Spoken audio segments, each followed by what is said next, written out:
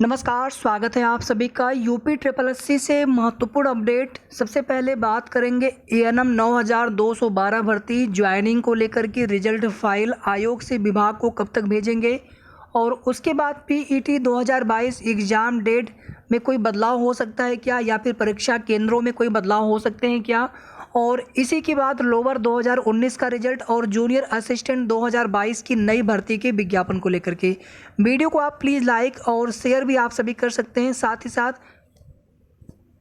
अगर आपने अभी तक चैनल को सब्सक्राइब ना किया हो तो ज़रूर सब्सक्राइब कर लें। जो भी सही और ऑथेंटिक न्यूज़ होती है, जानकारी होती है, आप सभी को हमारे चैनल के माध्यम से मिलती रहती है। सबसे पहले यहाँ पर बात करेंगे एएनएम 9212 भर्ती को लेकर के। देखिए, इसमें 8831 सेलेक्टेड एएनएम बहनों की ज्वाइनिंग को लेकर के जब तक आपका रिजल्ट की फाइल आयोग से परिवार कल्याण विभाग को नहीं भेज दिया जाता है तब तक आपकी ज्वाइनिंग की प्रोसेस स्टार्ट नहीं होगी, शुरू नहीं होगी।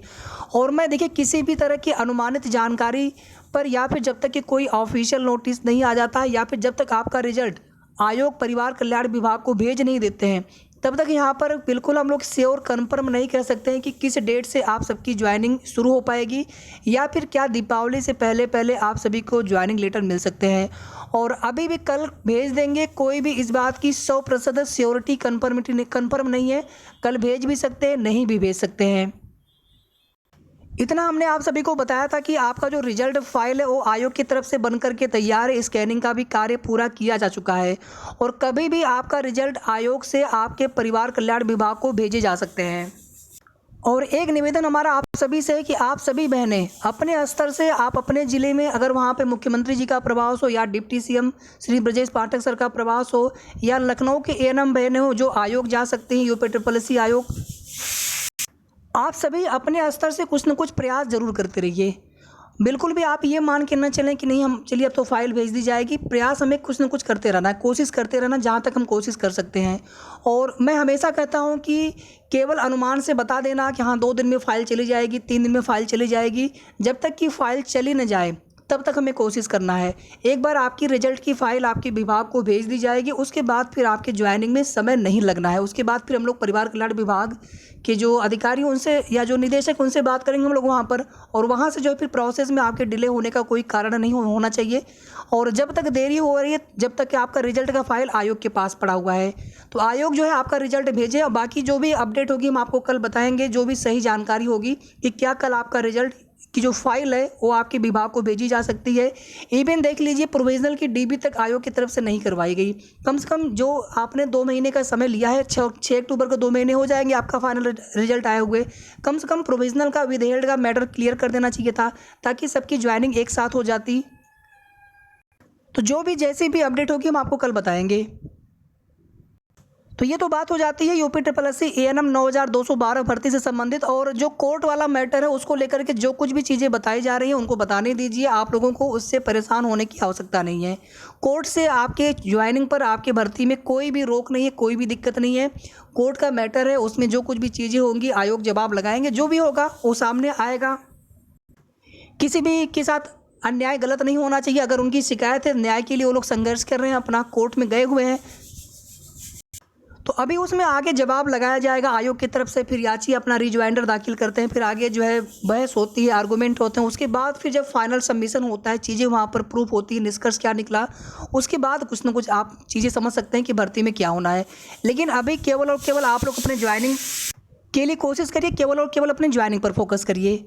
दूसरी बात यहाँ पर देखिए, जो पीईटी की परीक्षा है 2022 पीईटी 2022, आपका एडमिट कार्ड जो है यहाँ पर जारी हो चुका है। लगभग 37 लाख के आसपास जो रजिस्ट्रेशन हुआ है अभ्यर्थियों का, उसमें से हम मान के चलते हैं कि लगभग सभी लोग एग्ज़ाम देंगे। हो सकता है थोड़े बहुत लोग एग्ज़ाम ना दें, लेकिन जिस तरह से परीक्षा केंद्र दूर दूर दे दिए गए हैं, इवन जो गर्ल्स हैं, जो महिला कैंडिडेट, फीमेल कैंडिडेट हैं, जो दिव्यांग अभ्यर्थी हैं, उनके भी सेंटर दूर दूर दे दिए गए हैं। आपने हर ज़िले को परीक्षा केंद्र बनाया हुआ है, 75 ज़िलों में। कम से कम आपको अपना ज़िला नहीं तो बिल्कुल अपने पास का जो सटा हुआ ज़िला वो मिल गया होता तो भी ठीक था। लेकिन आपने जो है 200, 250, 300, 350 किलोमीटर तक, मतलब 50-60 तो मिनिमम बता रहा हूँ। कम से कम जो दूरी होगी, हो सकता है कि 1000 में 10-20 लोगों को हो सकता है कि 10-20-30 किलोमीटर की रेंज में मिल गया हो परीक्षा केंद्र, नहीं तो लगभग सभी को 50-60 किलोमीटर मैं मिनिमम बता रहा हूँ।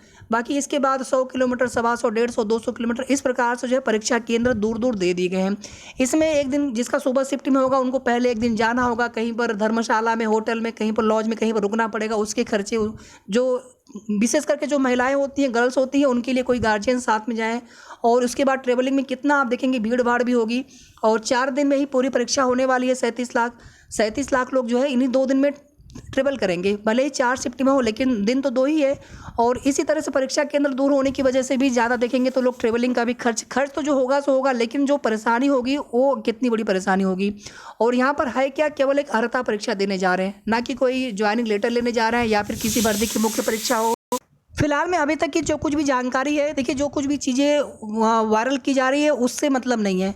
फिलहाल में आपकी ना तो परीक्षा तिथि में कोई बदलाव होने वाला है, इतनी भारी संख्या में परीक्षार्थी परीक्षा देने वाले हैं और बहुत ज़्यादा समय रह नहीं गया परीक्षा में। 12-13 दिन का समय बचा है केवल। एडमिट कार्ड जारी हो चुके हैं। परीक्षा केंद्रों में बदलाव होने की भी उम्मीद कम है। परीक्षा तिथि में बदलाव की कोई उम्मीद नहीं है और परीक्षा केंद्र में भी बदलाव की उम्मीद बहुत कम है। आयोग के पास एक बहाना है या कह लीजिए उनके पास एक कारण है, उनके पास रीज़न है बताने के लिए कि जिस तरह से जो है भर्ती में धांधले की, फर्जीवाड़ा की कोशिश करने वाले लोग होते हैं या कोशिश की जाती है, तो यहाँ पर उन सब चीज़ों को रोकने के लिए हम लोग हर संभव प्रयास कर रहे हैं। तो उनके पास एक लॉजिक है बताने के लिए। तो इस वजह से फिलहाल में अभी तक की जो अपडेट है, और कल देखेंगे कल क्या होता है। फिलहाल में तो आज संडे था, लेकिन कल से ही आप देखेंगे ये सब चीज़ें चल रही हैं।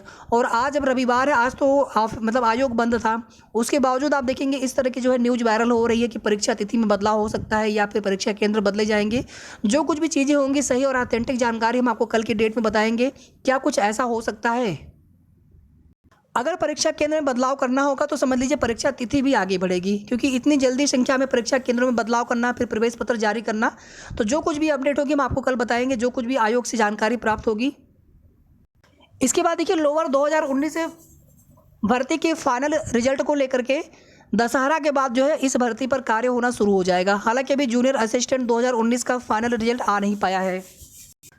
कनिष्ठ सहायक 2019 भर्ती और लोअर 2019 इन दोनों ही भर्तियों को जल्द पूरा करने के लिए शासन से भी निर्देश है, विभागों से भी निर्देश है कि कर्मचारियों की, एम्प्लॉयज़ की कमी है, जल्दी आप भर्ती कंप्लीट करिए। और अभी तो ये फाइनल रिजल्ट आएगा, उसके बाद फिर डिपार्टमेंट अलॉटमेंट, विभाग अलॉटमेंट कब तक होगा उसमें भी थोड़ा समय लगेगा आगे। तो कम से कम 15 से 20 दिन का समय आप मान के चलें कि लोअर 2019 के रिजल्ट के फाइनल होने में लगेगा। और जिस तरह से आयोग कार्य करते हैं तो उसमें आप कम से कम 5 से 10 दिन जो है प्लस ही मान के चलें, ठीक है। तो अक्टूबर लास्ट तक अगर लोअर 2019 का रिजल्ट अगर आ जाता है तो समझ लीजिए बहुत बड़ी बात है। बाकी जेई का जो रिजल्ट है अभी वो नेक्स्ट मंथ में ही आने की संभावना है, इस मंथ में आने की कोई उम्मीद नहीं है। और जूनियर असिस्टेंट 2019 का रिजल्ट आप देखेंगे सितंबर से अक्टूबर में आ गया। और इसके बाद देखिए जो जूनियर असिस्टेंट 2022 की नई भर्ती का विज्ञापन है, इसमें पदों की संख्या बढ़ करके आ रही है और ये जानकारी प्राप्त हो रही है कि पदों की संख्या उम्मीद से भी ज़्यादा हो सकती है। तो और इसमें पीईटी का जो कट ऑफ है वो भी कम, जो जिनके नंबर है उनको भी मौका मिल सकता है। इसमें एकेडमिक के भी नंबर जोड़े जाते हैं 65 अंक का, और 130 प्रश्न आते हैं एग्जाम में। टाइपिंग इसमें मांगा जाता है। तो जूनियर असिस्टेंट 2022 की नई भर्ती को लेकर के जो भी अभ्यर्थी तैयारी कर रहे हो, SSC इसमें अनिवार्य होता है या फिर समकक्ष उसके, तो जो भी अभ्यर्थी इस वैकेंसी के लिए आप इंतजार कर रहे हैं, अभी आपके पीईटी में थोड़े कम नंबर भी हो तो भी आप तैयारी करते रहिए, क्योंकि इस भर्ती में लगभग जो है आवेदन थोड़े कम आएंगे लेखपाल भर्ती की तुलना में। दूसरी बात है कि इस भर्ती में पदों की संख्या ज़्यादा होने की वजह से भी जो पीईटी का कट ऑफ है वो कम जा सकता है। तो ये कुल मिलाकर के महत्वपूर्ण अपडेट थी UPSSC से। आगे की जो भी अपडेट, जो भी सही और ऑथेंटिक सूचना होगी, आप सभी को समय समय में हमारे चैनल के माध्यम से इसी प्रकार से जानकारी मिलती रहेगी। वीडियो को आप सभी प्लीज़ लाइक और शेयर करके, साथ ही साथ अगर आपने अभी तक चैनल को सब्सक्राइब न किया हो तो ज़रूर सब्सक्राइब कर लें। धन्यवाद।